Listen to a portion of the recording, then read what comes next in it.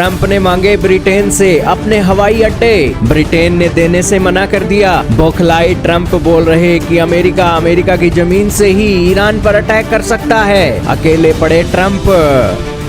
जी हाँ दोस्तों, माल खाए अमेरिका और गाली खाए ब्रिटेन, ये कैसे हो सकता है। ब्रिटेन के गोरे अंग्रेजों ने दिखा दिया है कि अमेरिका को बनाने में ब्रिटेन का हाथ है और आप ब्रिटेन के ऊपर अपनी दादागिरी नहीं चला सकते क्योंकि हम आपके भी बाप हैं। हाल ही में अमेरिकी राष्ट्रपति ट्रंप ने ब्रिटेन के आगे डिमांड रखी कि ईरान पर हमले के लिए उन्हें ब्रिटेन के हवाई अड्डे चाहिए। ब्रिटेन ने साफ मना कर दिया। उन्होंने कहा बिना किसी उकसावे के और किसी अटैक के हम ईरान पर हमला करने के लिए आपको अपने हवाई अड्डे नहीं दे सकते। दरअसल अमेरिका ने हिंद महासागर में स्थित डिएगो ग्रेशिया और इंग्लैंड के अंदर मौजूद RAF फेयरफोर्ड के हवाई अड्डे मांग लिए, लेकिन दोस्तों ट्रंप ने इस डिमांड को रख तो दिया, लेकिन यूके ने इसे ना सिर्फ रिजेक्ट कर दिया बल्कि ट्रंप की फजीहत भी कर दी और ट्रंप को यह भी याद दिला दी कि तुम अपने हितों को साधने के लिए इंटरनेशनल नियम कानूनों को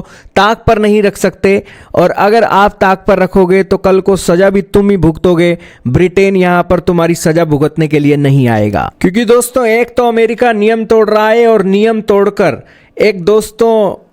ब्रिटेन को भी उस पाप में भागीदार बना रहा है। कल को अमेरिका तो पतली गली से निकल जाएगा, लेकिन ब्रिटेन के ऊपर वो दाग बना रहेगा क्योंकि ब्रिटेन पहले ही दुनिया के देशों को गुलाम बनाने के दागों को धोने का काम कर रहा है, लेकिन वो धुल नहीं रही हैं। हाल ही में दोस्तों ब्रिटिश प्रधानमंत्री कियर स्टारमर आए और उनकी सरकार ने कानूनी सलाहकारों की बात मानते हुए ट्रंप को हवाई अड्डे देने से मना कर दिया। उन्होंने संयुक्त राष्ट्र चार्टर का हवाला देते हुए कहा कि ब्रिटेन का मामला है कि इस प्रकार के हमले में साथ देने से वह भी कानूनी रूप से जिम्मेदार ठहराया जा सकता है, क्योंकि ईरान ने कोई उकसावा नहीं किया है, कोई अटैक नहीं किया है, तो इसीलिए ईरान के खिलाफ अमेरिका को यह हवाई अड्डे वो नहीं दे सकते हैं। अमेरिका ने दोस्तों डिएगो ग्रेशिया, आपके सामने मैप चल रहा है गूगल मैप, यह है भारत के नीचे यह है डिएगो ग्रेशिया।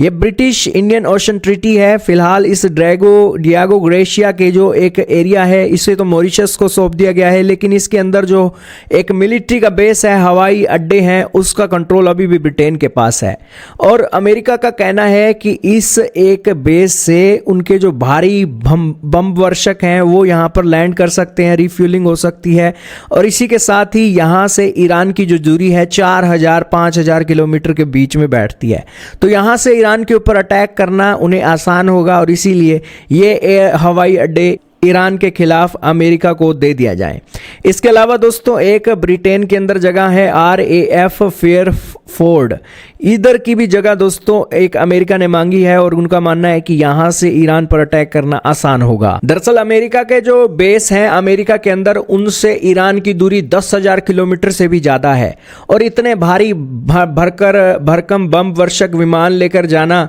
दोस्तों खाला जी का बाड़ा नहीं है। पैसे और जेब ढीली हो जाती है और जेब ढीली हो जाती है तो ज़्यादा लंबे समय तक वो जंग को जारी नहीं रख सकते हैं और इसके साथ ही इतनी लंबी दूरी तक एक लेकर जाना, वॉर को जारी रखना दोस्तों अमेरिका के लिए खतरे से खाली नहीं होगा। और यही कारण है कि दोस्तों अमेरिका मजबूर है ईरान पर हमले करने के लिए, इन देशों के आगे मिन्नतें करने के लिए कि आपके हवाई अड्डे हमें दे दो, लेकिन वो देश कहते हैं कि अमेरिका भाड़ में जाओ, इंटरनेशनल नियम कानूनों की फिक्र तुम्हें नहीं है लेकिन हमें है और हम आपको हमारे देश की सीमा का इस्तेमाल होने नहीं देंगे कि आप किसी तीसरे देश के अंदर कोई गलत कार्रवाई करो बिना किसी कारण के। और दोस्तों यहां पर ही rule based world order establish करने में ब्रिटेन के रोल की सराहना की जाएगी, लेकिन ट्रंप साहब खुद तो पगला गए हैं और ट्रंप साहब तो आज वो वाली हवाओं में उड़ रहे हैं जो हवा कल चले या ना चले किसी को कुछ नहीं पता। आपका क्या मानना है दोस्तों कमेंट सेक्शन में बताइएगा और यहाँ पर ब्रिटेन की तारीफ होनी चाहिए जिसने